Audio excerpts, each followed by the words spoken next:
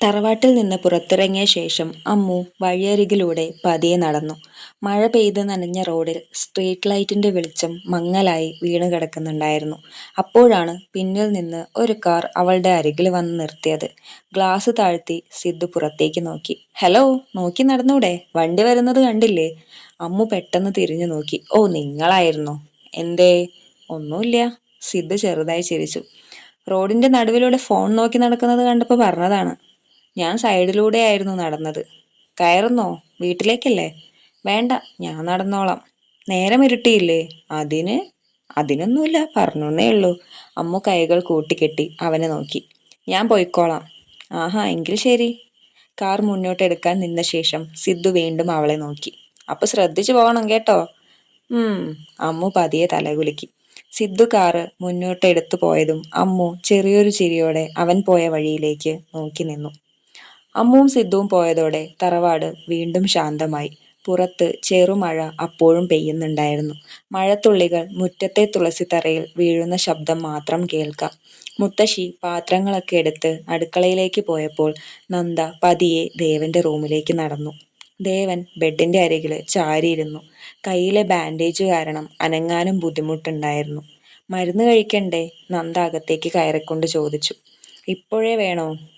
സമയമായി. അവൾ കയ്യിലുള്ള ടാബ്ലറ്റ് കവറ് തുറന്ന് വെള്ളം നീട്ടി. ദേവൻ അവളെ നോക്കിക്കൊണ്ട് മരുന്ന് വാങ്ങി.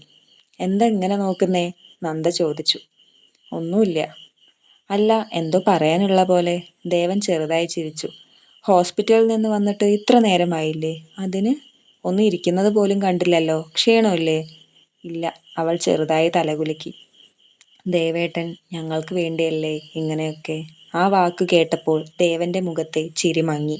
അവൻ കുറച്ചു നേരം നിശബ്ദനായി അവളെ നോക്കി. അവൾ പെട്ടെന്ന് വിഷയം മാറ്റി. കിടക്കണോ? നന്ദ ബെഡിന്റെ തലയണ നേരെയാക്കി ബ്ലാങ്കറ്റ് വലിച്ചു വെച്ചു. നന്ദ, ഇന്റർവ്യൂവിന് പേടിയുണ്ടോ? അവൾ ഒന്ന് നിശബ്ദമായി. കുറച്ച്. എന്തിന്? ഞാൻ ഇതുവരെ ഇങ്ങനെ ഒരു വലിയ കമ്പനിയിലൊന്നും പോയിട്ടില്ല. ഇന്റർവ്യൂ ശരിയാവുമോ, ജോലി കിട്ടുമോ, ആളുകൾ എങ്ങനെയാവും, ഒന്നും എനിക്കറിയില്ല. ദേവൻ ചെറുതായി ചിരിച്ചു. ഇന്റർവ്യൂവിന് പോകുമ്പോൾ ഓവർ ടെൻഷൻ ആവണ്ട. അറിയുന്നത് മാത്രം പറഞ്ഞാൽ മതി. കോൺഫിഡൻ്റ് ആയി സംസാരിക്കണം കേട്ടോ. ദേവേട്ടൻ മോട്ടിവേഷണൽ സ്പീക്കറാണോ?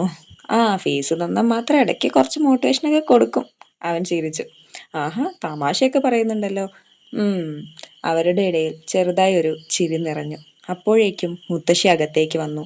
നന്ദേ, നീ ഇനിയും ഇവിടെ നിൽക്കുവാണോ? ദേവേട്ടന് മരുന്ന് കൊടുക്കുകയായിരുന്നു മുത്തശ്ശി. മുത്തശ്ശി ദേവനെ നോക്കി. എന്തെങ്കിലും വേണേൽ നന്ദമോളെ വിളിച്ചാൽ മതി കേട്ടോ മോനെ. ശരി മുത്തശ്ശി. അപ്പോ നീയും പോയി കിടക്ക് നന്ദേ, രാവിലെ പോകാനുള്ളതല്ലേ? നന്ദ തലകുലുക്കി. പുറത്തേക്ക് പോകാൻ നിന്ന ശേഷം അവൾ വീണ്ടും തിരിഞ്ഞു നോക്കി. രാത്രി എന്തെങ്കിലും വേണേൽ വിളിക്കണേ കേട്ടോ. ശരി. അവൾ പോയതും ദേവൻ കുറച്ചു നേരം ഡോറിന്റെ അവിടേക്ക് തന്നെ നോക്കി നിന്നു. പിന്നെ പതിയെ പോക്കറ്റിൽ നിന്ന് ആ പഴയ ഫോട്ടോ പുറത്തെടുത്തു. കൊളപ്പടവിന്റെ അരികിൽ ചിരിച്ചു നിൽക്കുന്ന ദേവിക, അവളുടെ അരികിൽ മങ്ങലായി കാണുന്ന ഒരു ചെറിയ പെൺകുട്ടി. ദേവന്റെ വിരലുകൾ ആ ഫോട്ടോയുടെ മേൽ പതിയെ തഴുകി. നന്ദൂട്ടി, അവൻ വളരെ പതിയെ പറഞ്ഞു. അവന്റെ കണ്ണുകളിൽ എന്തോ ഒരു വേദന നേളിച്ചു. അവിടെ നിന്ന് റൂമിലെത്തിയ നന്ദയ്ക്ക് ഉറക്കം വന്നില്ല. ഇന്റർവ്യൂ ഓർമ്മ വന്നതും വീണ്ടും ഒരു ടെൻഷൻ. അവൾ ഫോൺ എടുത്ത് അമ്മുവിനെ വിളിച്ചു. ഹലോ. അമ്മു ഫോൺ എടുത്ത ഉടനെ പറഞ്ഞു. എന്താടി? എനിക്ക് ടെൻഷൻ ആകുന്നു. ഇതാണോ? ഞാൻ വിചാരിച്ചു ദേവേട്ടനെ കാണാതെ വിഷമമാണെന്ന്. അമ്മു, എന്താ? ഞാൻ സത്യമല്ലേ പറഞ്ഞത്? പോടി. ശരി ശരി, നീ പോയി കിടന്നുറങ്ങും മനുഷ്യന്റെ ഉറക്കം കളയാനായിട്ട്. നീ ടെൻഷൻ അടിക്കണ്ട, ഞാൻ കൂടെയില്ലേ. പക്ഷെ എനിക്ക് കോർപ്പറേറ്റ് കമ്പനിയൊന്നും പരിചയമില്ല. അവിടെ ആരും നിന്നെ തിന്നില്ല. നന്ദ ചിരിച്ചു. നാളെ സിമ്പിളായി സംസാരിച്ചാൽ മതി, ഓവർ സ്മാർട്ട് ആവണ്ട. അമ്മു പെട്ടെന്ന് ചോദിച്ചു. അതെ, ദേവേട്ടൻ എന്ത് ചെയ്യുന്നു? കിടന്നു. നീ നോക്കിയോ? എന്ത്? ഉറങ്ങിയോന്ന്? ആഹാ. നീ ഫോൺ വെക്കുന്നുണ്ടോ ഇല്ലയോ? അമ്മു ചിരിച്ചു. ശരി ശരി, നാളെ രാവിലെ റെഡിയായി നിൽക്ക്, ഞാൻ വരാം. ഗുഡ് നൈറ്റ് മിസ്സിസ് ദേവൻ. അമ്മൂ! ചിരിച്ചുകൊണ്ട് അമ്മ ഫോൺ കട്ട് ചെയ്തു. ഈ പെണ്ണ്, നന്ദ ചിരിച്ചുകൊണ്ട് പറഞ്ഞു. രാവിലെ നേരത്തെ തന്നെ നന്ദ എഴുന്നേറ്റു. അടുക്കളയിൽ മുത്തശ്ശിയോടൊപ്പം ബ്രേക്ക്ഫാസ്റ്റ് തയ്യാറാക്കുമ്പോഴും മനസ്സിൽ മുഴുവൻ ഇന്റർവ്യൂ ആയിരുന്നു. അല്പസമയം കഴിഞ്ഞ് പാത്രത്തിൽ കഞ്ഞിയും മരുന്നുമായി അവൾ ദേവന്റെ റൂമിലേക്ക് കയറി. Good morning ദേവേട്ട. ജനൽപ്പാളയിലൂടെ വരുന്ന വെളിച്ചത്തിൽ അവളെ നോക്കിയ ദേവൻ കുറച്ചുനേരം മിണ്ടാതെ നിന്നു. കുളിച്ചിറങ്ങി നനഞ്ഞ മുടി പിന്നിലേക്ക് വിടർത്തിയിട്ടിരുന്നു. ഇളം നീല സാരിയിൽ അവൾ അതീവ സുന്ദരിയായി തോന്നി. എന്താ ഇങ്ങനെ നോക്കുന്നേ? നന്ദ ചിരിച്ചുകൊണ്ട് ചോദിച്ചു. ദേവൻ പെട്ടെന്ന് നോട്ടം മാറ്റി. ഒന്നുമില്ല. ഇന്റർവ്യൂവിന് പോകാൻ റെഡിയായോ? ആ, ദേവേട്ടൻ ഇത് കഴിപ്പിച്ച് മരുന്നും തന്നിട്ട് വേണം എനിക്ക് പോകാൻ. കഴിക്കി. ദേവൻ സ്പൂൺ എടുക്കാൻ നോക്കിയെങ്കിലും കൈവേദന കാരണം സ്പൂൺ പിടിക്കാൻ പറ്റുന്നുണ്ടായിരുന്നില്ല. അത് കണ്ട നന്ദ സ്പൂൺ എടുത്തു. ഞാൻ തരാം. അവൾ കഞ്ഞി പതിയെ ഊതി അവന്റെ വായിൽ വെച്ചു കൊടുത്തു. അവൻ അത് ഒരു കുഞ്ഞിന്റെ നിഷ്കളങ്കതയോടെ കുടിച്ചു. അവൻ കുറച്ചുനേരം അവളെ തന്നെ നോക്കി നിന്നു. അവരുടെ കണ്ണുകൾ തമ്മിൽ കോർത്തു. ആ സമയത്ത് വാതിൽ തുറന്ന് അമ്മു അകത്തേക്ക് കയറി. ഓഹോ, അവളുടെ കണ്ണുകൾ വലുതായി. പിന്നാലെ വന്ന സിദ്ധുവും സീൻ കണ്ടിട്ട് ചിരിയടക്കി. നന്ദ പെട്ടെന്ന് സ്പൂണ് താഴെ വെച്ചു. അമ്മു! അയ്യോ, ഞാനൊന്നും പറഞ്ഞില്ല, അമ്മു പറഞ്ഞു. സിദ്ധു ഏട്ടാ. നന്ദ മുഖം ചുളിച്ചു. ഞാനും ഒന്നും പറഞ്ഞില്ലല്ലോ നന്ദമോളെ, സിദ്ധു പറഞ്ഞു. അമ്മു പൊട്ടിച്ചിരിച്ചു. ഇതെല്ലാം കണ്ട് ദേവന്റെ ചുണ്ടിലും ചിരി പടർന്നു. ശരി ശരി, മാഡം റെഡിയാകാൻ നോക്ക്, ഇന്റർവ്യൂവിന് ലേറ്റ് ആവും, അമ്മു പറഞ്ഞു. ഞാൻ ദേ വരുന്നു, നന്ദ അതും പറഞ്ഞ് ബാഗ് എടുക്കാൻ ഓടി. പെട്ടെന്ന് തന്നെ രണ്ടുപേരും എല്ലാരോടും യാത്ര പറഞ്ഞ് പുറത്തേക്കിറങ്ങി. നന്ദയും അമ്മുവും പോയി കഴിഞ്ഞപ്പോൾ സിദ്ധു തന്റെ ഫോൺ എടുത്ത് ആരോടോ സംസാരിക്കാൻ തുടങ്ങി. ദേവൻ ബെഡിൽ ചാരിയിരുന്ന് പുറത്തെ കാഴ്ചകളിലേക്ക് നോക്കുകയായിരുന്നു. സിദ്ധു, ദേവൻ വിളിച്ചു. പറയടാ. നീ പൊയ്ക്കോ, സമയം വൈകണ്ട. നീ അവിടെ ഉണ്ടാവുന്നത് നല്ലതാ. സിദ്ധു ഒന്ന് ആലോചിച്ചു. അത് ശരിയാ, പക്ഷേ നിന്നെവിടെ ഒറ്റയ്ക്കാക്കി? എനിക്ക് കുഴപ്പമില്ലടാ, നീ ചെല്ല്. ശരി, ഞാൻ വൈകുന്നേരം വരാം. സിദ്ധു വേഗം തന്നെ വീട്ടിൽ നിന്നിറങ്ങി. അല്പസമയത്തിനു ശേഷം നഗരത്തിലെ പ്രശസ്തമായ DS ഗ്രൂപ്പ്സ് ഓഫീസിന് മുന്നിൽ നന്ദയും അമ്മുവും വന്നിറങ്ങി. വലിയ കെട്ടിടം കണ്ടപ്പോൾ തന്നെ നന്ദയ്ക്ക് ചെറിയൊരു പേടി തോന്നി. അമ്മു, ഇത് ഇത്ര വലിയ കമ്പനിയാണോ? എനിക്ക് കാണുമ്പോൾ തന്നെ വല്ലാത്ത ടെൻഷൻ. നന്ദ ബാഗിൽ മുറുകെ പിടിച്ചു. നീ പേടിക്കാതെ നന്ദ, വാ കയറാം. അവർ ഇന്റർവ്യൂ പാനലിലേക്ക് കയറാൻ നിൽക്കുമ്പോഴാണ് ഒരു കറുത്ത ലക്ഷറി കാർ പോർച്ചിൽ വന്നു നിന്നത്. സെക്യൂരിറ്റിക്കാർ ഓടി വന്ന് ഡോർ തുറന്നു. കാറിൽ നിന്നും ഇറങ്ങിയ ആളെ കണ്ട് അമ്മുവും നന്ദയും ശരിക്കും സ്തംഭിച്ചുപോയി. സ്യൂട്ടൊക്കെ ധരിച്ച് കൂളിംഗ് ഗ്ലാസ് വെച്ച് വളരെ ഗാംഭീര്യത്തോടെ ഇറങ്ങി വരുന്നത് സിദ്ധു ആണ്. ഓഫീസിലുള്ള സ്റ്റാഫ്സ് എല്ലാം ഓടി വന്ന് അവനെ വരവേറ്റു. Good morning sir, welcome sir. Ammu കണ്ണും തള്ളി അവനെ തന്നെ നോക്കി നിന്നു. ഇത് ഇത് നമ്മുടെ സിദ്ധുവേട്ടൻ തന്നെയല്ലേ? അവൾ അവിശ്വസനീയതയോടെ ചോദിച്ചു. അമ്മു പതുക്കെ അടുത്തുള്ള ഒരു സ്റ്റാഫിനോട് ചോദിച്ചു. ചേച്ചി, അതാരാണ്? അതറിയാത്തവർ ഈ നാട്ടിലുണ്ടോ? നമ്മുടെ കമ്പനിയുടെ പാർട്ട്നേഴ്സിൽ ഒരാളായ സിദ്ധാർത്ഥ് സാറാണ്, അവർ അഭിമാനത്തോടെ പറഞ്ഞു. അമ്മു അമ്പരന്നു നിൽക്കുന്നത് കണ്ട് സിദ്ധു അവളെ ഒന്ന് നോക്കി. അവന്റെ ചുണ്ടിൽ ഒരു കുസൃതിച്ചിരി മിന്നിമറഞ്ഞു. അവൻ ഗൗരവം വിടാതെ തന്നെ അവർക്ക് മുന്നിലൂടെ നടന്നു. മാനേജർ ഓടി വന്നു. ഇത് പുതിയ സ്റ്റാഫാണോ? സിദ്ധു അമ്മുവിനെ നോക്കി ചോദിച്ചു. അതെ സാർ, സാർ ലീവിലായിരുന്നപ്പോൾ അപ്പോയിന്റ് ചെയ്തതാണ്, മാനേജർ വിനയത്തോടെ മറുപടി നൽകി. സിദ്ധു അമ്മുവിന്റെ അടുത്തേക്ക് വന്നു. തന്റെ പേരെന്താ? അവനൊന്നും അറിയാത്ത ഭാവത്തിൽ ചോദിച്ചു. അനഘ. അമ്മു പതറിപ്പോയി. സിദ്ധു ഒന്ന് ഇരുത്തി മൂളി. പിന്നെ കൂളിംഗ് ഗ്ലാസ് ഊരി ഷർട്ടിൽ വെച്ച് മുന്നോട്ട് നടന്നു. സാർ, ഇപ്പോൾ ഒരു ഇന്റർവ്യൂ നടക്കുന്നുണ്ട്, മാനേജർ ഓർമ്മിപ്പിച്ചു. ശരി, ഞാനും വരാം, ലോഗിൻ ചെയ്യേ.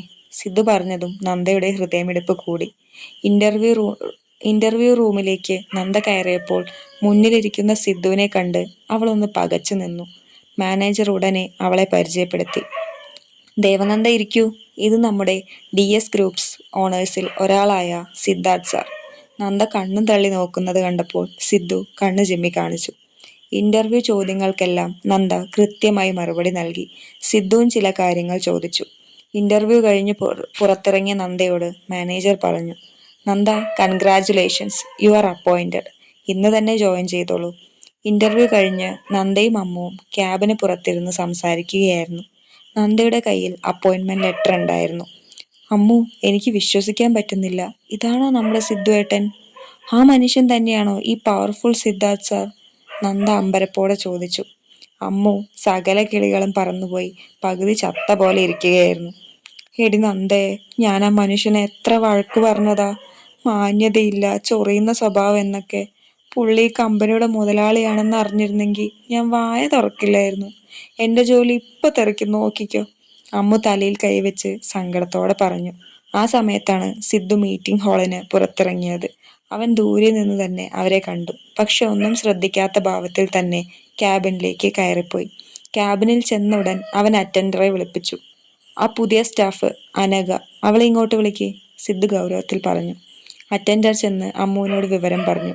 അനഘ, സിദ്ധാർത്ഥ് സാർ ക്യാബിനിലേക്ക് വരാൻ പറഞ്ഞു. അമ്മു പടപടാമിടിക്കുന്ന ഹൃദയത്തോടെ എഴുന്നേറ്റു. നന്ദ, എന്നെ തൂക്കിക്കൊല്ലാൻ വിളിച്ചതാവും. നീ മുത്തശ്ശിയോട് പറയണം ഞാൻ ധീരയായിട്ടാണ് മരിച്ചതെന്ന്. നന്ദ ചിരിയടക്കി അവളെ സമാധാനിപ്പിച്ചു. നീ ധൈര്യമായിട്ട് ചെല്ലമ്മു. അമ്മു ക്യാബിന് മുന്നിലെത്തി പതുക്കെ വാതിലിൽ മുട്ടി. May come in sir? സിദ്ധു തന്റെ ഫയലിൽ നിന്ന് തലയുയർത്താതെ പറഞ്ഞു. കമിൻ. അമ്മു അകത്തേക്ക് കയറി കൈകൾ കോർത്തു പിടിച്ച് വിറച്ചു നിന്നു. സിദ്ധു മെല്ലെ തന്റെ ചെയറിൽ കറങ്ങി അവൾക്ക് നേരെ ഇരുന്നു. അവൻ കൂളിംഗ് ഗ്ലാസ് ടേബിളിൽ വെച്ചു.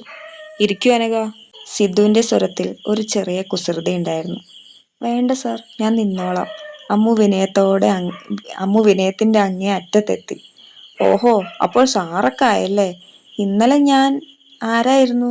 മാന്യതയില്ലാത്തവൻ, ചൊറിയൻ, പിന്നെ എന്തൊക്കെയായിരുന്നു ആ വിശേഷണങ്ങൾ? സിദ്ധു ഒന്ന് ആഞ്ഞ് കസേരയിലേക്കിരുന്ന് അവളെ നോക്കി. അമ്മു വിക്കി. അത് സാർ, ഞാൻ അറിയാതെ ദേവേട്ടന്റെ കൂടെ കണ്ടപ്പോ. മതി മതി. സിദ്ധു എഴുന്നേറ്റ് അവളുടെ അടുത്തേക്ക് വന്നു. എന്തൊരു അഹങ്കാരമായിരുന്നു തനിക്ക്. ഈ ഓഫീസിൽ സിദ്ധാർത്ഥ് സാറിനെ ചൊറിയാൻ വന്ന ആദ്യത്തെ ആൾ നീയാണ്. അമ്മു തലതാഴ്ത്തി നിന്നു. സോറി സാർ, എനിക്ക് സത്യമായിട്ട് അറിയില്ലായിരുന്നു. അമ്മു കരച്ചിലിന്റെ വക്കിലെത്തി. പെട്ടെന്ന് സിദ്ധു ചിരിച്ചുപോയി. ശരി, ആ പേടി അവിടെ ഇരിക്കട്ടെ. തൽക്കാലം ഞാൻ നിന്നെ പിരിച്ചുവിടുന്നില്ല. പക്ഷെ ഈ ഓഫീസിൽ നീ എൻ്റെ സ്റ്റാഫാണ്. ആ ബഹുമാനം എപ്പോഴും ഉണ്ടാവണം, കേട്ടല്ലോ? കേട്ടു സാർ. Thank you sir. പിന്നെ നന്ദയോട് ഇങ്ങോട്ട് വരാൻ പറയൂ. ശരി സാർ. അവൾ വേഗം പുറത്തേക്ക് നടന്നു. വാതിൽക്കൽ എത്തിയപ്പോൾ സിദ്ധു പിന്നിൽ നിന്ന് വിളിച്ചു. അനഘ. അവൾ ഞെട്ടിത്തിരിഞ്ഞു നോക്കി. സാർ. ഓഫീസിലിരിക്കുമ്പോൾ കുറച്ച് മാന്യായിട്ടൊക്കെ ഇരിക്കണം, കേട്ടോ? ആ പഴയ ചൊറിയുന്ന സ്വഭാവം ഇങ്ങോട്ടെടുക്കരുത്, സിദ്ധു ഒരു ചിരിയോടെ പറഞ്ഞു. അമ്മു ചമ്മി ഒരു ചിരി ചിരിച്ചുകൊണ്ട് പുറത്തേക്ക് ഇറങ്ങി. നന്ദ കാത്തു നിൽക്കുന്നുണ്ടായിരുന്നു. എന്തായി അമ്മു? എന്താവാൻ, എന്നെ തൽക്കാലം കൊന്നില്ല, പിന്നെ നിന്നെ വിളിക്കുന്നുണ്ട്. അമ്മു അതും പറഞ്ഞ് തൻ്റെ സീറ്റിലേക്ക് നടന്നു. സിദ്ധുവിൻ്റെ ക്യാബിനിലേക്ക് കയറാൻ അവൾക്ക് ചെറിയൊരു മടിയുണ്ടായിരുന്നു. എങ്കിലും ധൈര്യം സംഭരിച്ച് അവൾ വാതിലിൽ മുട്ടി. May come in sir? സിദ്ധു തലയോർത്തി നോക്കി. നന്ദയെ കണ്ടതും അവൻ്റെ മുഖത്ത് ഒരു ചിരി വിരിഞ്ഞു. വരൂ നന്ദ, അകത്തേക്ക് വരൂ. ഇപ്പോൾ എങ്ങനെയുണ്ട്? ഷോക്കൊക്കെ മാറിയോ? നന്ദ ചിരിച്ചുകൊണ്ട് ഫയൽ ടേബിളിൽ വെച്ചു. പിന്നില്ലാതെ, ഇത്രയും വലിയ ആളാണെന്ന് ഞങ്ങൾ അറിഞ്ഞിരുന്നില്ലല്ലോ. ഇന്നലെ ഇന്റർവ്യൂവിന് വരുന്നെന്ന് അറിഞ്ഞപ്പോൾ നിങ്ങളെ ഒന്ന് സർപ്രൈസ് ചെയ്യിക്കാമെന്ന് കരുതി. ഞാൻ കുറച്ച് ദിവസമായിട്ട് ലീവിലായിരുന്നു. അതുകൊണ്ട് നിങ്ങൾ എന്നെ ഇവിടെ പ്രതീക്ഷിക്കില്ലെന്ന് എനിക്കറിയായിരുന്നു, സിദ്ധു കസേരയിൽ ചാരിയിരുന്നു പറഞ്ഞു. അമ്മു ശരിക്കും പേടിച്ചുപോയി, നന്ദ പറഞ്ഞു. അത് കേട്ടതും സിദ്ധു പൊട്ടിച്ചിരിച്ചു. അവളെ ഞാനൊന്ന് പേടിപ്പിച്ച് വിട്ടിട്ടുണ്ട്. അവൾക്ക് അല്പം നാക്ക് കൂടുതലാണല്ലോ. ഓഫീസിൽ എൻ്റെ സ്റ്റാഫായിരിക്കുമ്പോൾ അതിൻ്റെ ഒരു ബഹുമാനം വേണമല്ലോ. സോ ചുമ്മാ ഒന്ന് പേടിപ്പിച്ച് വിട്ടതാ, നന്ദ ചിരിച്ചു. ശരി നന്ദ, ജോലി തുടങ്ങിക്കോളൂ. എന്തേലും ബുദ്ധിമുട്ടുണ്ടെങ്കിൽ എന്നോട് നേരിട്ട് പറയാം, കേട്ടോ? ഓക്കെ സാർ, നന്ദ പറഞ്ഞു. ഹേയ് നന്ദ, എന്നെ സാറിനൊന്നും വിളിക്കണ്ട, സിദ്ധുവേട്ടാന്ന് വിളിച്ചാൽ മതി, സിദ്ധു പറഞ്ഞു. നന്ദ ചിരിച്ചുകൊണ്ട് പുറത്തേക്ക് പോയി. അന്നത്തെ ദിവസം ജോലികൾക്കിടയിൽ പെട്ടെന്ന് കടന്നുപോയി. വൈകുന്നേരം ഓഫീസിന് പുറത്തിറങ്ങി നന്ദയും അമ്മുവും നടക്കുമ്പോഴാണ് കറുത്ത കാർ അവർക്കരികിൽ വന്നു നിന്നത്. ഗ്ലാസ് താഴ്ത്തി സിദ്ധു തല പുറത്തേക്കിട്ടു. കയറൂ, ഞാൻ ഡ്രോപ്പ് ചെയ്യാം. നന്ദ വേഗം ഓടിപ്പോയി കാറിന്റെ പിൻസീറ്റിൽ കയറി. അമ്മു നന്ദയുടെ കൂടെ പിന്നിൽ കയറാൻ തുനിഞ്ഞതും സിദ്ധു തടഞ്ഞു. അല്ല, നിങ്ങൾ രണ്ടുപേരും കൂടി എന്നെ ഡ്രൈവറാക്കാൻ തീരുമാനിച്ചോ? നന്ദ പിന്നിലിരുന്നോട്ടെ, അനഘ ഫ്രണ്ടിൽ കയറൂ, സിദ്ധു ഗൗരവത്തിൽ പറഞ്ഞു. അമ്മു ഒന്ന് പകച്ചു. നന്ദ ചിരിച്ചുകൊണ്ട് അകത്തിരുന്ന് പറഞ്ഞു. അമ്മു, നീ ഫ്രണ്ടിൽ കയറടി, സിദ്ധുവേട്ടൻ പറയുന്നു കേട്ടില്ലേ? അമ്മു ഒരു ചമ്മലോടെയും പേടിയോടെയും മുൻസീറ്റിൽ കയറിയിരുന്നു. അവൾ വിറയ്ക്കുന്നത് കണ്ട് സിദ്ധു മെല്ലെ പറഞ്ഞു. പേടിക്കണ്ട, ഞാൻ പിടിച്ച് തിന്നില്ല, ധൈര്യമായിട്ടിരുന്നു. നന്ദയും സിദ്ധുവും ഓരോ കാര്യങ്ങൾ സംസാരിച്ചുകൊണ്ടിരുന്നു. അപ്പോഴും അമ്മു ഒന്നും മിണ്ടിയില്ല. അത് കണ്ട് സിദ്ധു ചോദിച്ചു. എന്തു പറ്റി നന്ദ? തൻ്റെ ഫ്രണ്ടിന്റെ നാക്കൊക്കെ ഇപ്പൊ എവിടെ പോയി? കുട്ടിയൊന്നും മിണ്ടുന്നില്ലല്ലോ. അത് കേട്ട് നന്ദ ഒന്ന് അമ്മുവിനെ നോക്കി ചിരിച്ചു. അമ്മു അത് കേട്ട് ദേഷ്യത്തോടെ പറഞ്ഞു. എൻ്റെ നാക്ക് എവിടെയും പോയിട്ടില്ല. ഓ, അപ്പൊ കുട്ടിക്ക് സംസാരിക്കാൻ അറിയാം, സിദ്ധു ഒന്ന് ചിരിച്ചുകൊണ്ട് പറഞ്ഞു. അങ്ങനെ മിണ്ടിയും പറഞ്ഞും അവർ തറവാട്ടിലെത്തി. ദേവൻ ഉമ്മറത്ത് ചായ കുടിച്ചുകൊണ്ടിരിക്കുകയായിരുന്നു. അവരെ കണ്ടതും അവൻ പുഞ്ചിരിച്ചു. നന്ദ നേരെ ദേവന്റെ അടുത്തേക്ക് ചെന്നു. ദേവേട്ടാ, സിദ്ധുവേട്ട എത്ര വലിയ ആളാണെന്ന് ദേവേട്ടനെ അറിഞ്ഞുകൊണ്ടല്ലേ ഞങ്ങളോട് പറയാതിരുന്നത്? ദേവൻ ചായക്കപ്പ് താഴെ വെച്ചു. അതെ, അതൊരു സർപ്രൈസ് ആയിരിക്കട്ടെ എന്ന് കരുതി. എങ്ങനെ ഉണ്ടായിരുന്നു സിദ്ധാർത്ഥ് സാറിന്റെ പെർഫോമൻസ്? അമ്മു ഒന്നും മിണ്ടാതെ അകത്തേക്ക് പോകുന്ന കണ്ട് ദേവൻ ചോദിച്ചു. അമ്മൂന് എന്തു പറ്റി? ആകെ സൈലന്റ് ആണല്ലോ. സിദ്ധു നന്ദയും കൂടി ചിരിക്കാൻ തുടങ്ങി. അവൾക്ക് ഞാനിന്ന് ഒരു ചെറിയ ഡോസ് കൊടുത്തു, അതിന്റെ ഹാങ് ഓവർ മാറിയിട്ടില്ല, സിദ്ധു കളിയാക്കി പറഞ്ഞു. അമ്മു പെട്ടെന്ന് തിരിഞ്ഞു നോക്കി പിണക്കം നടിച്ച് അവൾ അകത്തേക്ക് ഓടി. മച്ചാ, നിനക്കിപ്പോ എങ്ങനെയുണ്ട്? വേദന കുറവുണ്ടോ? സിദ്ധു ചോദിച്ചു. ആ, കുറവുണ്ട്, ഞാനിപ്പോ ഓക്കെയാണ്, ദേവൻ പറഞ്ഞു. നിങ്ങൾ ഇരിക്കി, ഞാൻ സിദ്ധുവേട്ടന് ചായ എടുക്കാം, നന്ദ പറഞ്ഞു. വേണ്ട നന്ദ, ഞാനിപ്പോ ഇറങ്ങും, ഒന്ന് രണ്ട് സ്ഥലത്ത് പോകാനുണ്ട്, സിദ്ധു പറഞ്ഞു. അപ്പോഴേക്കും അമ്മു മുത്തശ്ശിയുമായി പുറത്തേക്ക് വന്നു. ശരിയെന്നാ, നേരം വൈകി, ഞാൻ വീട്ടിലേക്ക് പോകട്ടെ, അമ്മു നന്ദയോടും ദേവനോടും മുത്തശ്ശിയോടും യാത്ര പറഞ്ഞു. സിദ്ധുവിനെ ഒന്ന് പാളി നോക്കിയിട്ട് അവൾ വേഗം പടിയിറങ്ങി റോഡിലേക്ക് നടന്നു. ഡി നിക്ക്, ചായ കുടിച്ചിട്ട് പോവാ, നന്ദ ഉറക്കെ വിളിച്ചു പറഞ്ഞു. വേണ്ട, ഞാൻ പോട്ടെ, അമ്മു വേഗത്തിൽ നടന്നു. സിദ്ധു കുറച്ചു നേരം കൂടി ദേവനോട് സംസാരിച്ചിട്ട് കാറിന്റെ കീ എടുത്തു. മച്ചാ, ഞാനും ഇറങ്ങട്ടെ, എന്നാ നാളെ കാണാം. ഓക്കെടാ, ദേവൻ പറഞ്ഞു. എല്ലാരോടും യാത്ര പറഞ്ഞ് സിദ്ധു കാറെടുത്ത് മെയിൻ റോഡിലേക്ക് എത്തിയപ്പോൾ കുറച്ചു ദൂരെയായി അമ്മു നടന്നു പോകുന്നത് കണ്ടു. അവൻ അവൾക്കരികിലായി കാറ് പതുക്കെ നിർത്തി. കയറൂ, ഞാൻ ഡ്രോപ്പ് ചെയ്യാം, സിദ്ധു ഗ്ലാസ് താഴ്ത്തി പറഞ്ഞു. അമ്മു ഒന്ന് നിന്നിട്ട് സിദ്ധുവിനെ നോക്കി. വേണ്ട സാർ, ഞാൻ പോയിക്കോളാം, അധികം ദൂരമില്ലല്ലോ. സിദ്ധുവിന്റെ മുഖത്ത് ഒരു ഗൗരവം വന്നു. കേറടി, അവൻ അല്പം ശബ്ദമുയർത്തി പറഞ്ഞതും അമ്മു പേടിച്ചുപോയി. അവൾ ഒന്നും മിണ്ടാതെ വേഗം മുൻസീറ്റിൽ കയറിയിരുന്നു. കാറ് മുന്നോട്ട് നീങ്ങി. എന്താ, പേടിച്ചു പോയോ? സിദ്ധു പതിയെ ചോദിച്ചു. ഇല്ല സാർ, അമ്മു വിനയത്തോടെ മറുപടി നൽകി. പിന്നെ ഈ സാർ വിളി നിർത്തിക്കൂടെ? എന്നെ സിദ്ധുവേട്ടാന്ന് വിളിച്ചാ മതി. അമ്മു അത്ഭുതത്തോടെ അവനെ നോക്കി. എന്താ? സിദ്ധുവേട്ടൻ എന്ന് വിളിക്കാൻ കേട്ടില്ലേ? സാറെന്ന് വിളി കേട്ട് എനിക്ക് മടുത്തു. ഇവിടെ നമ്മൾ സ്റ്റാഫും മുതലാളിയൊന്നും അല്ലല്ലോ, സിദ്ധു റോഡിൽ നിന്ന് കണ്ണെടുക്കാതെ പറഞ്ഞു. അമ്മു ഒന്ന് മടിച്ചു നിന്നിട്ട് പറഞ്ഞു. ശരി സാർ. അല്ല, സിദ്ധുവേട്ടാ. സിദ്ധുവിന്റെ ചുണ്ടിൽ ഒരു പുഞ്ചിരി വിരിഞ്ഞു. കുറച്ചു ദൂരം കഴിഞ്ഞപ്പോൾ അമ്മു പറഞ്ഞു. സിദ്ധുവേട്ടാ, ദാ ഇവിടെ നിർത്തിയാൽ മതി, ഇതാണ് വീട്. സിദ്ധു കാറ് നിർത്തി. അവൾ ഇറങ്ങാൻ തുടങ്ങുമ്പോഴാണ് ആ ചോദ്യം ചോദിച്ചത്. സിദ്ധുവേട്ടൻ നാളെ കമ്പനിയിൽ വരുമോ? എന്തേ, ഞാൻ വരണോ? സിദ്ധു കുസൃതിയോടെ ചോദിച്ചു. അല്ല, വരുമോന്നറിയാൻ ചോദിച്ചതാ. നാളെ കുറച്ച് മീറ്റിംഗ്സ് ഒക്കെ ഉണ്ട് അമ്മു, അതുകൊണ്ട് അത് കഴിഞ്ഞ് ഫ്രീ ആകുമ്പോൾ വരാം. സത്യം പറഞ്ഞാൽ ഞാൻ കമ്പനിയിൽ അധികം വരാറില്ല, ഇന്ന് നിങ്ങളുള്ളത് കൊണ്ടാണ് വന്നത്, സിദ്ധു അവളെ നോക്കി പറഞ്ഞു. അമ്മുവിൻ്റെ ഉള്ളിൽ ചെറിയൊരു സന്തോഷം തോന്നി. ശരി, എന്നാൽ ഞാൻ പോട്ടെ. ഓക്കെ, ബൈ, സൂക്ഷിച്ചു പോണേ, സിദ്ധു യാത്ര പറഞ്ഞു. അമ്മു വീട്ടിലേക്ക് നടക്കുമ്പോൾ തിരിഞ്ഞു നോക്കി ഒന്ന് ചിരിച്ചു. സിദ്ധു കാറ് മുന്നോട്ടെടുക്കുമ്പോൾ സൈഡ് മിററിലൂടെ അമ്മു ചിരിക്കുന്നത് കണ്ട് സ്വയം പുഞ്ചിരിച്ചു. കാറ് ദൂരത്തേക്ക് മറയുന്നത് വരെ അവൾ അവിടെ തന്നെ നിന്നു. സിദ്ധുവും അമ്മുവും പോയി കഴിഞ്ഞപ്പോൾ തറവാട് വീണ്ടും ശാന്തമായി. നന്ദ അടുക്കളയിലെ ജോലികളെല്ലാം വേഗത്തിൽ തീർത്തു. മുത്തശ്ശിക്ക് ഇന്ന് ചെറിയൊരു ക്ഷീണം തോന്നിയതുകൊണ്ട് നേരത്തെ തന്നെ പോയി കിടന്നു. രാത്രിയുടെ നിശബ്ദതയിൽ നിലാവെളിച്ചം വീണ ഉമ്മറത്ത് ദേവൻ ഇരിക്കുകയായിരുന്നു. നന്ദ അവനുള്ള ഭക്ഷണവുമായി അങ്ങോട്ട് ചെന്നു. ട്ടാ, ഭക്ഷണം റെഡി, നന്ദ പതുക്കെ വിളിച്ചു. ദേവൻ തിരിഞ്ഞു നോക്കി പുഞ്ചിരിച്ചു. നന്ദ, നീ കഴിച്ചോ? ഇല്ല, പണികളൊക്കെ കഴിഞ്ഞതേ ഉള്ളൂ, അവൾ അവനരികിലിരുന്നു. പിന്നെ ഓഫീസിലെ വിശേഷങ്ങളൊന്നും ഞാൻ പറഞ്ഞില്ലല്ലോ. സിദ്ധുവേട്ടൻ്റെ ഓഫീസിൽ കയറിയപ്പോൾ ഉണ്ടായ ആ പുകിലൊക്കെ അറിഞ്ഞാൽ ദേവേട്ടൻ ശരിക്കും ചിരിക്കും. അമ്മു പാവൻ ശരിക്കും പേടിച്ചു. നന്ദ വിശേഷങ്ങൾ പറഞ്ഞുകൊണ്ടിരിക്കുമ്പോൾ ദേവൻ ഒരു ഉരുള ചോറ് അവൾക്ക് നേരെ നീട്ടി. നന്ദ പെട്ടെന്ന് നിശബ്ദയായി. ദേവേട്ടാ, കഴിക്ക് നന്ദ. ദേവേട്ടാ, അത് എന്താ, ഞാൻ തന്ന കഴിക്കില്ലേ? എനിക്ക് ഇത്ര ദിവസം വാരി തന്നില്ലേ, ഇനി ഞാൻ തരാം. നന്ദ ഒരു നാണത്തോടെ അത് കഴിച്ചു. ഭക്ഷണം കഴിക്കുന്നതിനിടയിൽ നന്ദ ഓഫീസിലെ ഓരോ കാര്യങ്ങളും ആവേശത്തോടെ പറഞ്ഞുകൊണ്ടിരുന്നു. ദേവൻ ഒന്നും മിണ്ടാതെ അവളുടെ മുഖത്തേക്ക് നോക്കിയിരുന്നു. ഇടയ്ക്ക് അവൾ ചിരിക്കുമ്പോൾ അവളുടെ കണ്ണുകളിൽ തിളങ്ങുന്ന ആ സന്തോഷം ദേവന്റെ ഉള്ളിൽ വല്ലാത്തൊരു അനുഭൂതിയാണ് നിറച്ചത്. എന്താ ദേവേട്ടാ, ഞാൻ പറയുന്നൊന്നും കേൾക്കുന്നില്ലേ? അവൾ അവന്റെ കൺമുന്നിൽ കൈവീശി ചോദിച്ചു. ദേവൻ പെട്ടെന്ന് അവളുടെ കൈകളിൽ പിടിച്ചു. നന്ദ ഒന്ന് ഞെട്ടി അവനെ നോക്കി. അവളുടെ വാക്കുകൾ പാതി വഴിയിൽ തടസ്സപ്പെട്ടു. ചുറ്റുമുള്ള നിശബ്ദതയ്ക്ക് ആഴം കൂടിയതുപോലെ. നന്ദ, ദേവൻ അവളുടെ കണ്ണുകളിലേക്ക് നോക്കി വിളിച്ചു. എന്താ ദേവേട്ടാ? അവളുടെ സ്വരം വിറച്ചു. നീ ഇങ്ങനെ ഓരോന്ന് പറഞ്ഞു ചിരിക്കുമ്പോൾ നിന്നെ നോക്കിയിരിക്കാൻ ഒരു പ്രത്യേക രസമാണ്. ഇത്രയും കാലം എൻ്റെ ജീവിതത്തിൽ എവിടെയോ ഒരു ശൂന്യത ഉണ്ടായിരുന്നു. പക്ഷെ ഇവിടെ ഈ തറവാട്ടിൽ നിന്റെ കൂടെ ഇരിക്കുമ്പോൾ ആ ശൂന്യത ഇല്ലാതാകുന്നത് പോലെ എനിക്ക് തോന്നുന്നു. നന്ദ തല താഴ്ത്തി. അവളുടെ ഹൃദയമിടിപ്പ് അവൾക്ക് തന്നെ കേൾക്കാമായിരുന്നു. ദേവൻ അവളുടെ മുഖം കൈക്കുമ്പിളിലെടുത്തു. എനിക്ക് നിന്നെ ഇഷ്ടമാണ് നന്ദ. ഒരുപക്ഷെ നീ വിചാരിക്കുന്നതിലും എത്രയോ മുൻപേ തുടങ്ങിയ ഒരിഷ്ടം.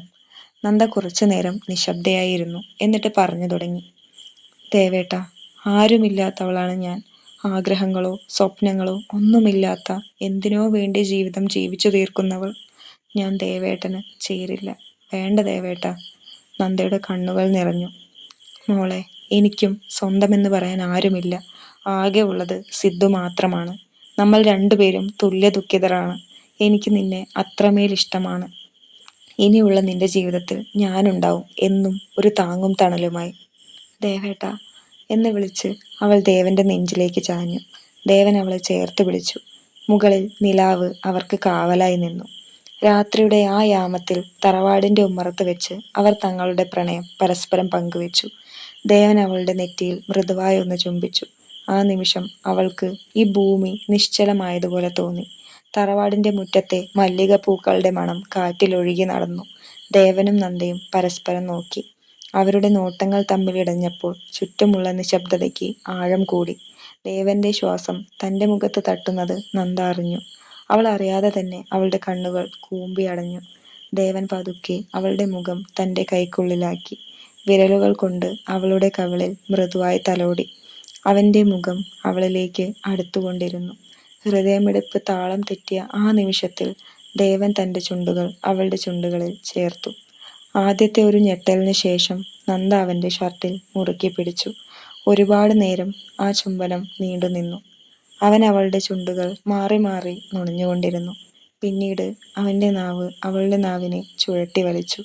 അവൾ അവന്റെ മുടിയിൽ കോർത്തു വലിച്ചുകൊണ്ടിരുന്നു. അവസാനം നന്ദയ്ക്ക് ശ്വാസമെടുക്കാൻ പ്രയാസമായപ്പോൾ അവൻ അവളുടെ ചുണ്ടുകളെ മോചിപ്പിച്ചു. ആ ചുംബനത്തിന് നിലാവിന്റെ തണുപ്പും പ്രണയത്തിന്റെ മധുരവും ഉണ്ടായിരുന്നു. തന്റെ നെഞ്ചിലേക്ക് അവളെ ഒന്നുകൂടി ചേർത്ത് പിടിക്കുമ്പോൾ അവൾ തന്റെ മാത്രമാണെന്ന ഉറച്ച ബോധ്യം ദേവനിലുണ്ടായി. വിട്ടുമാറാൻ തോന്നാത്ത ആ ആലിംഗനത്തിൽ അവർ തങ്ങളുടെ പ്രണയത്തിന്റെ ആഴം പരസ്പരം കൈമാറുകയായിരുന്നു. രാവിലെ തന്നെ നന്ദ എഴുന്നേറ്റ് റെഡിയായി. ഇളം പച്ച നിറത്തിലുള്ള ചുരിദാർ ധരിച്ച് കണ്ണാടിയുടെ മുന്നിൽ നിന്നപ്പോൾ ഇന്നലത്തെ രാത്രിയിലെ ഓരോ നിമിഷവും അവളുടെ മനസ്സിൽ വീണ്ടും വീണ്ടും തെളിഞ്ഞു. ദേവന്റെ കൈകൾ അവൻ നെറ്റിയിൽ ചുംബിച്ച നിമിഷം, അവന്റെ നെഞ്ചിൽ ചേർന്ന് നിന്നപ്പോൾ അനുഭവിച്ച ആ സുരക്ഷിതത്വം. അറിയാതെ നന്ദയുടെ ചുണ്ടിൽ ചെറിയൊരു നാണച്ചിരി വിരിഞ്ഞു. താഴേക്കിറങ്ങിയപ്പോൾ മുത്തശ്ശി അടുക്കളയിലായിരുന്നു. ഇന്നെന്താ മോളെ ഇത്ര സന്തോഷം? മുത്തശ്ശി ചോദിച്ചതും നന്ദ പെട്ടെന്ന് കണ്ണു മാറ്റി. ഒന്നുമില്ല മുത്തശ്ശി. അപ്പോഴേക്കും ഹാളിലിരുന്ന ദേവൻ അവളെ നോക്കി. ഒരു നിമിഷം അവന്റെ കണ്ണുകളിൽ അവളിൽ തന്നെ നിന്നുപോയി. ഇന്നലെ രാത്രിയിൽ തന്റെ കൈകളിൽ ചേർന്ന് നിന്ന അതേ പെൺകുട്ടി തന്നെയാണോ ഇതെന്ന പോലെ. എന്താ ഇങ്ങനെ നോക്കുന്നത്? നന്ദ പതിയെ ചോദിച്ചു. ദേവൻ ചെറുതായി ചിരിച്ചു. ഒന്നുമില്ല. ഒന്നുമില്ലേ? അല്ല, ഇന്നിങ്ങനെ റെഡിയായി വന്നപ്പോൾ കണ്ണു മാറ്റാൻ തോന്നിയില്ല. അത് കേട്ടതും നന്ദയുടെ കവിളുകൾ ചുവന്നു. ദേവേട്ടാ. അപ്പോഴേക്കും പുറത്തുനിന്ന് അമ്മുവിന്റെ ശബ്ദം കേട്ടു. നന്ദേ. അതാ വരുന്നു. നന്ദ ബാഗ് എടുത്തു. ഞങ്ങൾ പോവാം മുത്തശ്ശി. ശ്രദ്ധിച്ചു പോണം. പുറത്തിറങ്ങുന്നതിന് മുമ്പ് നന്ദ ഒന്ന് തിരിഞ്ഞ് ദേവനെ നോക്കി. ദേവനും ചെറിയൊരു പുഞ്ചിരിയോടെ അവളെ നോക്കി നിന്നു. അമ്മുവും നന്ദയും കൂടി ബസ് സ്റ്റോപ്പിലേക്ക് നടന്നു.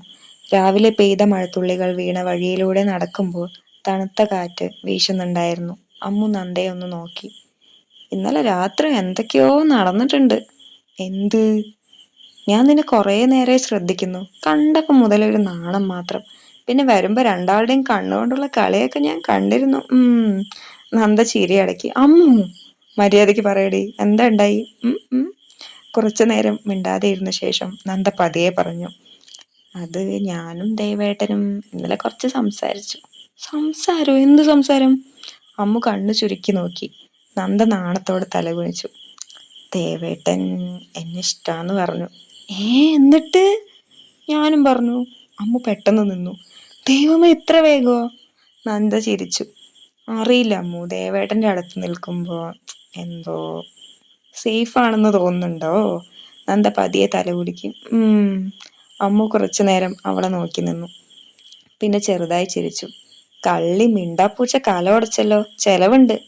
ഞാൻ ദേവേട്ടനോട് ചോദിച്ചോളാം. അതും പറഞ്ഞ് അവര് ബസ് കയറി. DS ഗ്രൂപ്പ്സിന്റെ മുന്നിലെത്തി. അകത്ത് കയറിയപ്പോൾ ചില സ്റ്റാഫ് നന്ദയെ നോക്കി സംസാരിക്കുന്നുണ്ടായിരുന്നു.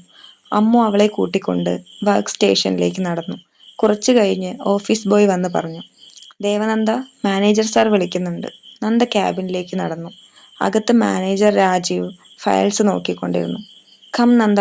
Good morning sir. Good morning, ഇരിക്കൂ. അവൾ ഇരുന്നതും അയാൾ ചെറുതായി ചിരിച്ചു. എന്തായി, എല്ലാം പഠിച്ചോ? വർക്കുമായി ഓക്കെ ആയോ? അതെ സാർ, ഓക്കെ ആയി. ഗുഡ്. അവൻ കുറച്ചു നേരം അവളെ നോക്കി. ആക്ച്വലി ഇന്നലെ വർക്ക് കണ്ടപ്പോൾ തന്നെ മനസ്സിലായി താൻ ഫാസ്റ്റ് ലേണറാണെന്ന്. Thank you sir. എന്തെങ്കിലും ആവശ്യമുണ്ടെങ്കിൽ നേരെ എന്നോട് പറയാം, മടി വിചാരിക്കണ്ട. വാക്കുകൾ നോർമൽ ആയിരുന്നെങ്കിലും അവന്റെ നോട്ടം നന്ദയ്ക്ക് ചെറിയൊരു അസ്വസ്ഥത ഉണ്ടാക്കി. Okay sir. ഇന്ന് റിപ്പോർട്ട് സെക്ഷനിലാണ് വർക്ക്. Okay sir. നന്ദ വേഗം പുറത്തേക്ക് ഇറങ്ങി. പുറത്തിറങ്ങിയതും അടുത്ത ടേബിളിലിരുന്ന 2 പെൺകുട്ടികൾ തമ്മിൽ നോക്കി ചിരിച്ചു. ആഹാ, മാനേജർ സാറിനെ പെട്ടെന്ന് തന്നെ കയ്യിലെടുത്തല്ലോ, അശ്വതി പറഞ്ഞു. അടുത്തിരുന്ന പവിത്ര അത് കേട്ട് ചിരിച്ചു. സെക്കൻഡ് ഡേ തന്നെ ക്യാബിൻ സ്പെഷ്യൽ, എന്തായാലും കൊള്ളാം, അശ്വതി പിന്നെയും പറഞ്ഞു. നന്ദയ്ക്ക് അത് കേട്ടപ്പോൾ നല്ല സങ്കടായി.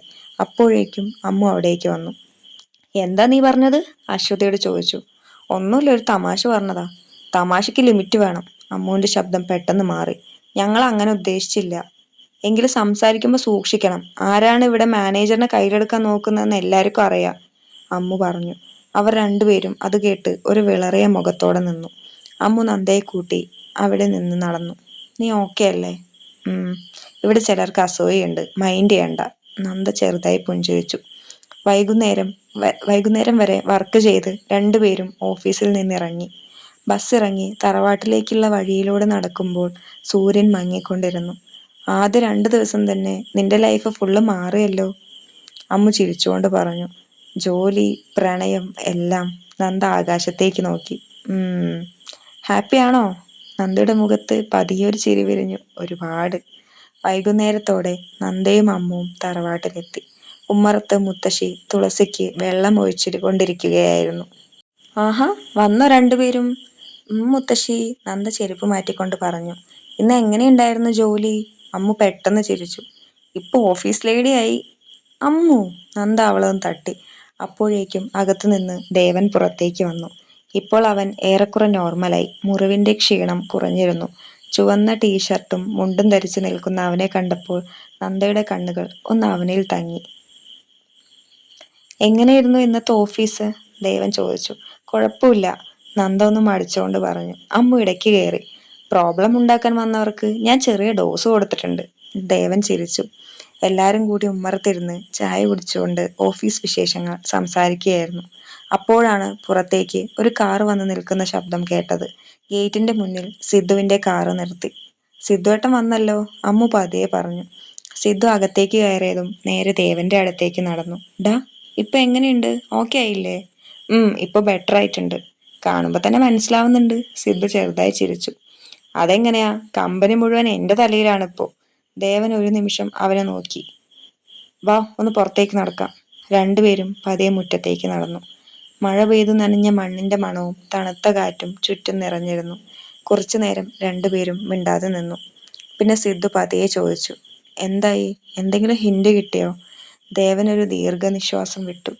ഇല്ല, ഇതുവരെ ഒന്നും ക്ലിയർ ആയിട്ടില്ല. പക്ഷെ മുത്തശ്ശിക്ക് എന്തെങ്കിലും അറിയാമോ എന്ന് എനിക്കൊരു സംശയമുണ്ട്. അപ്പൊ നീ ചോദിച്ചില്ലേ? അതത്ര ഈസി അല്ല. ദേവൻ മുറ്റത്തിന്റെ അറ്റത്തേക്ക് നോക്കി. എന്തോ എല്ലാം പാതി വഴിയിൽ നിൽക്കുന്നത് പോലെ തോന്നുന്നു. അപ്പൊ എന്തു ചെയ്യും? എനിക്ക് തോന്നുന്നു നന്ദയിലൂടെ മാത്രമേ ഇനി എന്തെങ്കിലും അറിയാൻ പറ്റൂ. സിദ്ധു അവനെ നോക്കി. അവളോട് പറയാനാണോ ഉദ്ദേശിക്കുന്നത്? എന്നാ ഇനി വൈകിക്കണ്ട. ദേവൻ കുറച്ചു നേരം മിണ്ടാതെ നിന്നു. ഞാൻ ഒന്നുകൂടി ആലോചിക്കട്ടെ. നിനക്കറിയാലോ, സിറ്റുവേഷൻ അത്ര സിമ്പിൾ അല്ല. സിദ്ധുവിന്റെ ശബ്ദം സീരിയസ് ആയി. അവിടെ ഞാൻ ഒറ്റയ്ക്ക് എല്ലാം ഹാൻഡിൽ ചെയ്യുകയാണ്. കാര്യങ്ങൾ കുറച്ച് ബുദ്ധിമുട്ടാകുന്നുണ്ട്. ദേവൻ അവനെ നോക്കി. എന്തെങ്കിലും ഇഷ്യൂ ഉണ്ടോ? ഡയറക്റ്റായില്ല, പക്ഷെ പ്രഷർ കൂടുന്നുണ്ട്. ഒരു നിമിഷം ചിന്തിച്ച ശേഷം ദേവൻ പറഞ്ഞു. എന്നാൽ ഒരു കാര്യം ചെയ്യാം, ഞാൻ നാളെ തന്നെ വരാം. ഉറപ്പാണോ? ഇവിടെ ഇങ്ങനെ ഇരുന്നിട്ടും കാര്യമില്ല. സിദ്ധുവിന്റെ മുഖത്ത് ചെറിയൊരു ആശ്വാസം വന്നു. ഓക്കെ. അകത്തേക്ക് തിരികെ വന്നപ്പോൾ നന്ദ ആദ്യം നോക്കിയത് ദേവനെയായിരുന്നു. എന്താ ഇത്ര സീരിയസ് ഡിസ്കഷൻ? ദേവൻ ചെറുതായി ചിരിച്ചു. ഒന്നുമില്ല. പിന്നെ അവളെ നോക്കി പതിയെ പറഞ്ഞു. നന്ദേ, എനിക്കൊന്ന് വീട്ടിലേക്ക് പോകേണ്ടി വരും. വീട്ടിലേക്കോ? അവളുടെ മുഖം പെട്ടെന്ന് മങ്ങി. കുറച്ച് ജോലിയുടെ കാര്യങ്ങളും ചില ഇമ്പോർട്ടൻ്റ് കാര്യങ്ങളും ഉണ്ട്. നന്ദ കുറച്ചു നേരം മിണ്ടാതെ നിന്നു. എത്ര ദിവസം? പെട്ടെന്ന് തിരിച്ചു വരും. അവൾ ചെറുതായി തലകുലുക്കി. ഓക്കെ ദേവേട്ട. പക്ഷെ ആ ശബ്ദത്തിൽ മറച്ചു വയ്ക്കാൻ പറ്റാത്തൊരു വിഷമം ഉണ്ടായിരുന്നു. ദേവൻ അത് വ്യക്തമായി ശ്രദ്ധിച്ചു. രാത്രി എല്ലാവരും ഉറങ്ങാൻ പോയതിനു ശേഷം നന്ദ ബാൽക്കണിയിൽ നിൽക്കുകയായിരുന്നു. പിന്നിൽ നിന്ന് ദേവൻ പതിയെ അടുത്തേക്ക് വന്ന് പുറകിലൂടെ കെട്ടിപ്പിടിച്ചു. ഇവിടെ നിൽക്കുകയാണോ? നന്ദ തിരിഞ്ഞു നോക്കി. ഉറക്കം വന്നില്ല. ഞാൻ പോകുന്നത് കൊണ്ടാണോ? നന്ദ ഒന്നും പറയാതെ നിന്നു. അവൻ ചെറുതായി ചിരിച്ചു. ഇത്ര പെട്ടെന്ന് മിസ് ചെയ്യാൻ തുടങ്ങിയോ? ദേവേട്ട. അവൾ പതിയെ അവൻ്റെ നെഞ്ചിലേക്ക് തലചായ്ച്ചു. അറിയില്ല, പക്ഷെ ഇപ്പോൾ ദേവേട്ടൻ പോകണ്ടെന്ന് തോന്നുന്നു. ദേവൻ അവളെ ചേർത്ത് പിടിച്ചു. എൻ്റെ പെണ്ണെ, ഞാൻ എവിടേക്ക് പോകുന്നു എന്നാ? അവൻ അവളുടെ മുടിയിൽ തലചായ്ച്ചു. പെട്ടെന്ന് തിരിച്ചു വരും. വേഗം വരണം. വരുംന്ന്. ദേവൻ അവളുടെ മുഖം കൈകളിലെടുത്തു. ഈ വിഷമിച്ച മുഖം എനിക്കിഷ്ടമല്ല. നന്ദ ചെറുതായി ചിരിച്ചു. അടുത്ത നിമിഷം ദേവൻ അവളുടെ നെറ്റിയിൽ പതിയെ ചുംബിച്ചു. പിന്നെ അവളുടെ കണ്ണുകളിലേക്ക് നോക്കി. അവൻ പതിയെ അവളുടെ ചുണ്ടുകളിൽ ചുംബിച്ചു. ഇത് ഞാൻ തിരിച്ചു വരുന്നവരെയുള്ള ഒരു അഡ്വാൻസ്. നന്ദ നാണത്തോടെയും പ്രണയത്തോടെയും അവൻ്റെ നെഞ്ചിലേക്ക് വീണ്ടും ചേർന്നു. തുടരും. ഡിയേഴ്സ്, ഇത് നമ്മുടെ ദേവനന്ദനം കഥയുടെ 6ാമത്തെ ഭാഗമാണ്. ബാക്കി 5 ഭാഗങ്ങളും കാണാത്തവർ അത് തീർച്ചയായും കാണുക. അത് നമ്മുടെ ചാനലിൽ അപ്ലോഡ് ചെയ്തിട്ടുണ്ട്. അതുപോലെ തന്നെ അതിൻ്റെ ലിങ്ക് 5 പാർട്ടിൻ്റെയും ലിങ്ക് ഞാൻ ഡിസ്ക്രിപ്ഷൻ ബോക്സിൽ കൊടുക്കാം. അപ്പോൾ അതിലൂടെ നിങ്ങൾക്ക് കാണാൻ സാധിക്കും. അതുപോലെ തന്നെ നമ്മുടെ ചാനലിൽ ദേവനന്ദനം എന്നൊരു പ്ലേലിസ്റ്റ് ക്രിയേറ്റ് ചെയ്തിട്ടുണ്ട്. അതിലും നിങ്ങൾക്ക് ഈ 6 പാർട്ടും കാണാൻ സാധിക്കും. അപ്പോൾ നിങ്ങളുടെ അഭിപ്രായങ്ങളെല്ലാം നിങ്ങൾ കമൻറ്റുകളായിട്ട് രേഖപ്പെടുത്തുക. അതുപോലെ തന്നെ കഥയുടെ അവതരണത്തിൽ എന്തെങ്കിലും മാറ്റങ്ങൾ വരുത്തണം എന്നുണ്ടെങ്കിൽ അതും നിങ്ങൾക്ക് കമൻറ്റായിട്ട് അറിയിക്കാവുന്നതാണ്. കഥ ഇഷ്ടപ്പെടുന്നുണ്ടെങ്കിൽ ഉറപ്പായിട്ടും സപ്പോർട്ട് ചെയ്യണം. ചാനൽ സബ്സ്ക്രൈബ് ചെയ്യണം. അതുപോലെ തന്നെ ലൈക്ക് ചെയ്യണം. കഥകൾ ഇഷ്ടപ്പെടുന്ന ആൾക്കാർക്ക് ഷെയർ ചെയ്ത് കൊടുക്കണം കേട്ടോ. ഇനിയും നമ്മുടെ ചാനലിൽ ഒരുപാട് കഥകൾ ഇതുപോലെ തന്നെ വരുന്നതായിരിക്കും. അപ്പോൾ നിങ്ങളുടെ സപ്പോർട്ട് ഉണ്ടാവുമെന്ന് ഞാൻ പ്രതീക്ഷിക്കുന്നു. Thank you. അടുത്ത പാർട്ടായിട്ട് നമുക്ക് അടുത്ത ദിവസം കാണാം കേട്ടോ.